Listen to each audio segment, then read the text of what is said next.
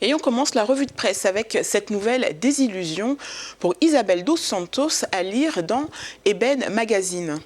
Isabel dos Santos qui vient d'être lâchée par son avocat alors que le juge portugais Carlos Alexandre a ordonné en début de semaine la saisie de tous les actifs détenus par la fille de l'ex-président Eduardo dos Santos au Portugal.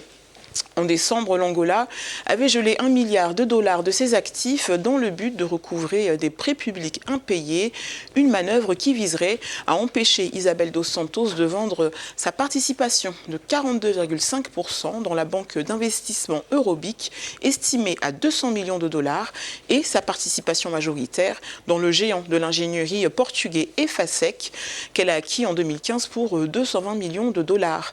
La milliardaire angolaise avait sollicité les services de maître João Carlos Silva pour défendre ses intérêts dans une bataille judiciaire qui l'oppose à son pays.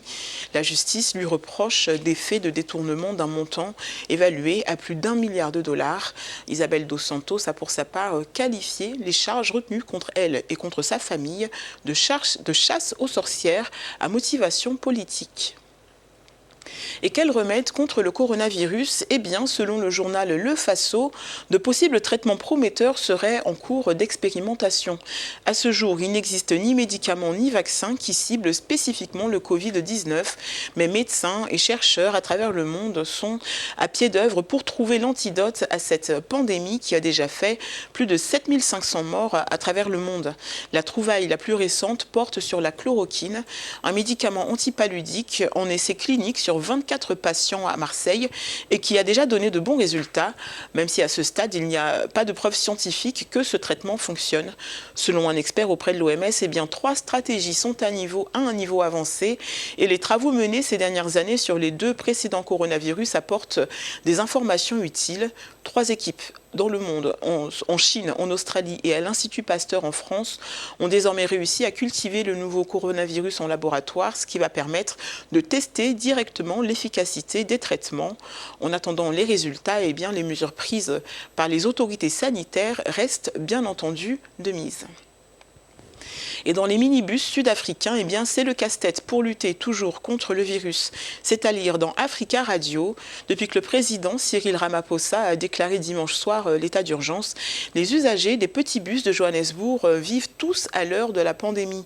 L'Afrique du Sud a jusque-là été quasi épargnée, mais la contamination progresse pour la plus grande inquiétude des autorités et des usagers des minibus où s'entassent jusqu'à une vingtaine de clients aux heures de pointe. Il aura fallu d'un tout sautement pour que, d'un coup, un silence de plomb s'empare du minibus et instinctivement, quelques passagers ont vite protégé leur nez en lançant un regard inquiet sur une vieille femme visiblement enrhumée. C'est ce que témoigne un usager. Derrière leur volant, les chauffeurs confessent eux aussi un peu de fébrilité.